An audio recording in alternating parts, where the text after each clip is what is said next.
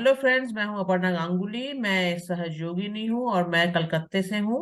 आज हमारे साथ हैं मिस्टर नरेश ठाटरे जी। नरेश जी, आपका बहुत बहुत स्वागत है इस शो में। और आज इस जर्नी ऑफ अ सीकर में हम आज नरेश जी से पूछेंगे कि किस प्रकार से आपने अपने आध्यात्म की शुरुआत की, बल्कि बचपन में आपको क्या आस्थाएं थी। आप कृपया वहां से शुरू करिए। बचपन में आपकी क्या आस्थाएं थी, फिर आप किस प्रकार से सहज योग में आए और किस प्रकार आप श्री माता जी के आ, आप माता जी के प्रति आपका श्रद्धा बढ़ा। तो इस प्रकार से हम चाहेंगे आप हमसे बात कीजिए। अब आपकी तरफ हम पूरा कैमरा कर दे रहे हैं। Over to you. प्लीज हमें बताएं। जय श्री माता जी। जी। मैं छिंदवाड़ा मध्य प्रदेश से हूँ और मेरा सौभाग्य है कि श्री माता जी का जन्म स्थान भी छिंदवाड़ा है। मेरा बचपन से ही ईश्वर के प्रति आस्था रही है। मेरा पूरा परिवार जो है बचपन यानी हमेशा ईश्वर को याद करना, उनके प्रति समर्पित रहना, इसमें हमेशा मेरा भी और मेरे पूरे परिवार का, मेरे दादा, मेरे पिता सभी इसी से जुड़े हुए रहे। 2008 में श्री माता जी जब छिंदवाड़ा आई थी, उसी के बाद से हम लोगों ने जाना कि निर्मला देवी जी का जन्म स्थान छिंदवाड़ा है। इसके पहले तो हम लोग इससे वंचित थे या इस चीज की जानकारी हमें नहीं थी। 2008 में जब श्री माता जी आई, तब मेरी भी मुझे भी उन्होंने कार्ड दे के इनवाइट किया था कि आप दर्शन के लिए आए। परंतु जो भी ईश्वर को शायद वो मंजूर नहीं था, इसलिए मुझे उनके दर्शन प्राप्त नहीं हुए।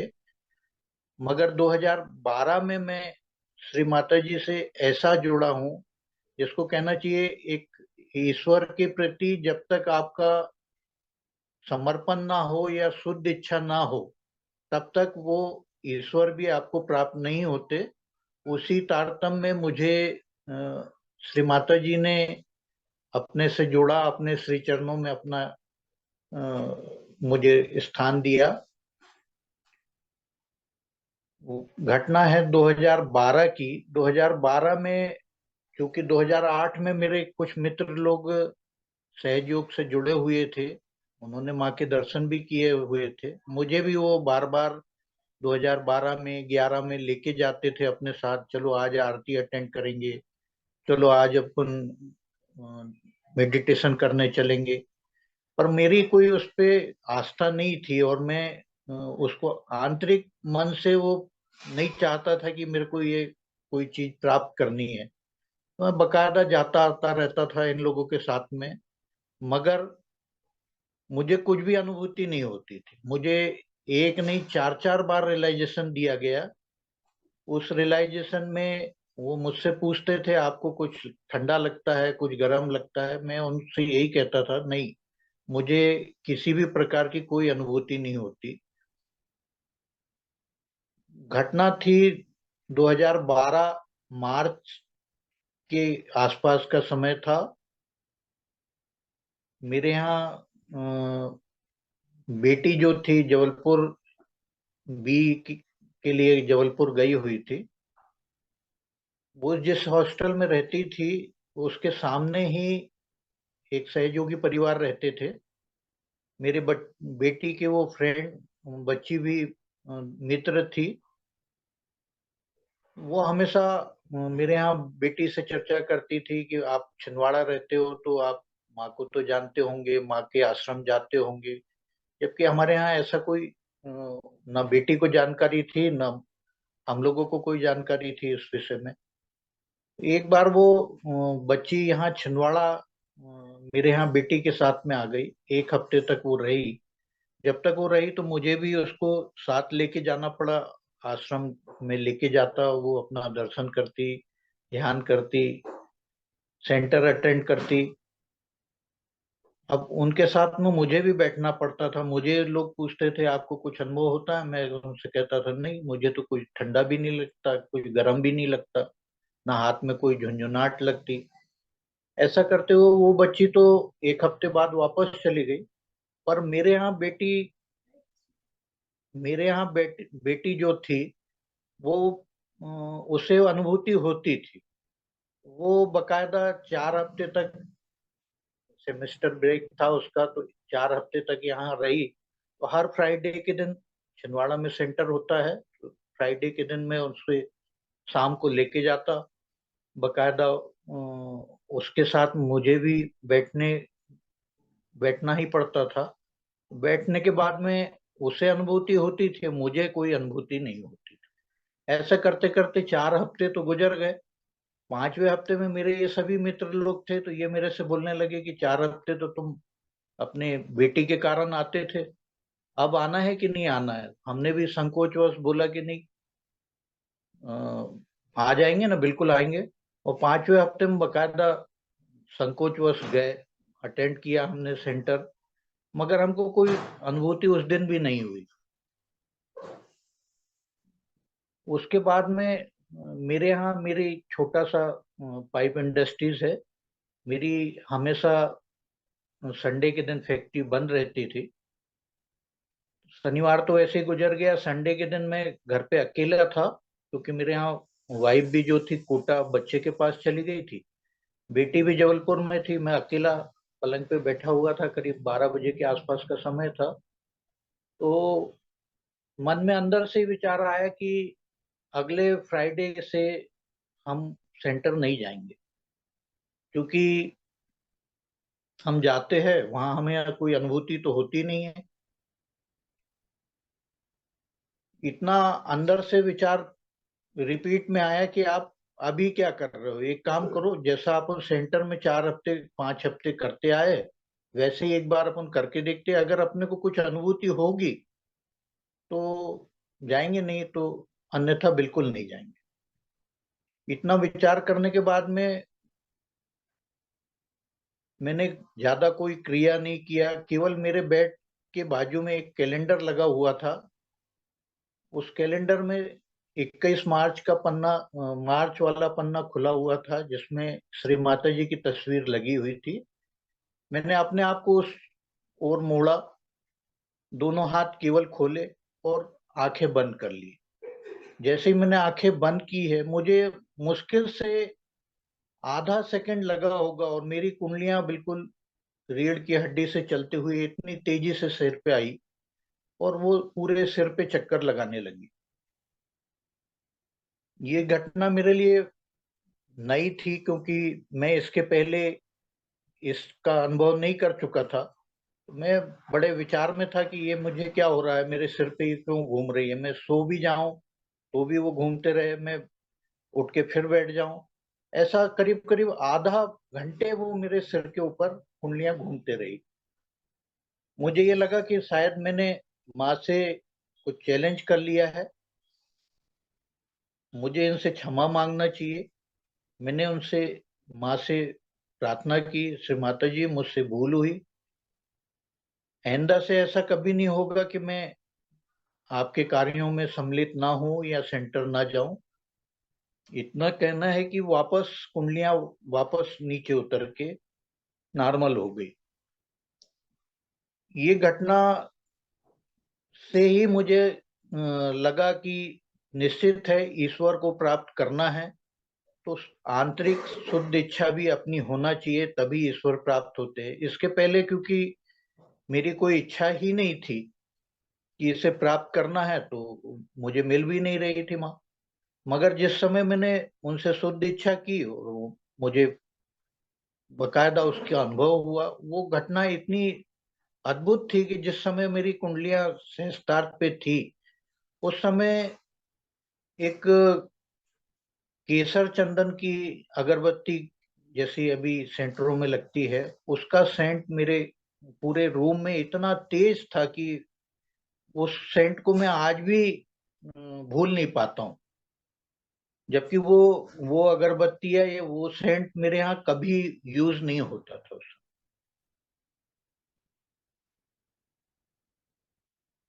वैसे तो और भी मेरे साथ में कई मिरेकल होते चले गए बाद में। और 2008 में जब श्री माता जी आई थी, तब श्री माता जी जब आई तो उस समय पूरे प्लेटफॉर्म पे मेरे फैक्ट्री से पाइप सप्लाई किया गया। पूरे प्लेटफॉर्म पे करीब 10 से 12 जो सोर्सेस थे, कुएं या बोर, वहां से पाइपलाइन लगा के पानी लाया गया था उस प्लेटफॉर्म पे, क्योंकि वहां पे कई बोर हो चुके थे, कई बार ट्राई कर चुके थे, वहां पानी नहीं था। जैसे तैसे वो तो हो गई। उसके बाद में 2012 में जब मैं आश्रम से जुड़ा, तो मैं अपने साथियों से बोलता था कि मुझे माँ अनुभूति देती है कि आपको पानी के लिए प्रयास करना चाहिए और इस प्लेटफॉर्म पे पानी निकलेगा। उस समय जो यहाँ कोऑर्डिनेटर थे वो हमसे बार बार यही बोलते थे कि नहीं, अब इस प्लेटफॉर्म पे पानी तलाश नहीं करना है, क्योंकि पहले यहाँ 12-13 बोर करवा चुके हैं जिसमें पानी निकलता नहीं था। ऐसे करते करते वो 2-3 महीने का समय बीत गया। मार्च से एक आध जनवरी जनवरी की बात रही होगी, मेरे मन में फिर से विचार आया। मैंने उनसे बोला कि आपको एक अवसर मुझे भी देना चाहिए, इसके लिए प्रयास करना चाहिए। उन्होंने कहा नहीं, ऐसा है, जो लास्ट बार बोर हुआ था हम लोगों ने 6 लोगों ने मिलकर 65,000 रुपये दिया था। पता नहीं मेरे मुंह से उन्होंने माने निकलवाया कि आपने 6 लोगों ने मिलकर 65,000 दिया था, अगर पानी नहीं निकलेगा तो मैं अकेला 65,000 दूंगा। इतना कहना है कि बोले ठीक है, आप कर लो प्रयास। प्रयास करने के लिए बकायदा जिस व्यक्ति को हमको लेके आना था, उससे हमने वहीं टेलीफोन पे बात की। उसने हमें एक पॉइंट भी बतलाया कि वहां आप बोर करो। हमने कहा नहीं, यहाँ 12-13 बोर पहले हो चुके हैं और जो सब के सब खाली गए, तो ऐसे टेबल पे बतलाने से नहीं होगा, आपको आके यहाँ पॉइंट देना पड़ेगा। उसने बकायदा वहाँ हमारे, हम लेने गए उसको, वो अपने साथ में एक थैली लेके हमारे साथ में आया। बकायदा माँ के पास उसने थैले में से कुछ गुलाब के फूल निकाल के चढ़ाए, अगरबत्ती लगाई। कुछ देर जैसे हम लोग ध्यान करते हैं माँ के सम्मुख, ऐसे ही उसने भी ध्यान किया। दोनों हाथ खोल के फिर बाहर निकला वो। और शायद उसको भी कुछ अनुभूति वाइब्रेशन की होती होगी, तो वाइब्रेशन के आधार पर उसने हमें एक पॉइंट दिया। और ये भी उसने साथ में बोला कि इसको शिवरात्रि के पहले ही ये बोर कराना है, इसके बाद शिवरात्रि के बाद ये बोर नहीं कराना। हमने बकायदा गाड़ी ढूंढना चालू की बोर के लिए, मशीन की, पर गाड़ी हम लोगों को मिली नहीं। 15 दिन हम लोग प्रयास करते रहे, हमको गाड़ी नहीं मिली। शिवरात्रि कल है, तो आज हमको दिन में खबर आई कि गाड़ी आप बोलो तो लगा देते हैं। हमने कहा ठीक है, लगा दो। 11 बजे दिन से लगा रहे करते करते रात के 11 बज गए, तब जाके वो गाड़ी हम लोगों के पास में लिंगा प्लेटफॉर्म पे पहुंची। उसको चालू किया गया। बोर 600 फीट हो गया, 650 फीट हो गया, परंतु खाली ही जा रहा था। उसको हम लोग बार बार रात में तंग कर रहे थे कि भैया इसमें तो पानी निकल नहीं रहा है, सब खाली चल रहा है। वो भी हमसे बोलता रहा कि नहीं, आप चलने दो, पानी निकलेगा। सुबह जैसी पहली किरण सूरज की निकली है, यानी शिवरात्रि का दिन स्टार्ट हो रहा था, और बकायदा इतने तेजी से फवारे के रूप में वहां पानी निकला कि सब लोग चिल्ला पड़े कि शिव पर्वत में गंगा आ गई, शिव पर्वत में गंगा आ गई। ऐसे करते करते सब लोग उछलने लगे उसके साथ, पानी के साथ में। कोई हाथ में झेल के उसका चंद्रामृत ले रहा है, तो कोई उससे खेल रहा है। इस तरीके से चलता रहा। ये घटना भी मेरे साथ ही घटी। और 2008 में चूंकि मैंने अपने फैक्ट्री का पाइप वहां सप्लाई किया हुआ था, तो पानी भी श्री माता जी ने उसके लिए भी मुझे माध्यम बनाया। और उस प्लेटफॉर्म पे पानी की व्यवस्था 2014 में हुई, जो आज भी चालू है, कंटिन्यू चलता है बोर और खाली नहीं होता। जय श्री माता जी। जय श्री माता जी। बहुत ही दिलचस्प रही आपकी जर्नी। तो जाने से पहले आप हमारे दर्शकों को कुछ बोलना चाहेंगे आध्यात्म के बारे में, सहज के बारे में? जी, जय श्री माता जी। मेरा मेरा खुद का जो अनुभव है, ये एक ऐसी क्रिया है जिससे हर व्यक्ति को करना चाहिए। इससे स्वास्थ्य भी ठीक रहता है और मानसिक शांति सदैव बनी रहती है।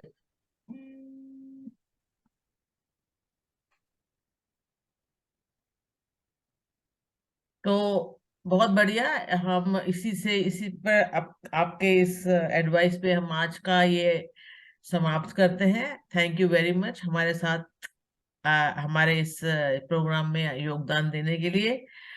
आ, जय श्री माता जी। फिर मिलेंगे। जय श्री माता जी।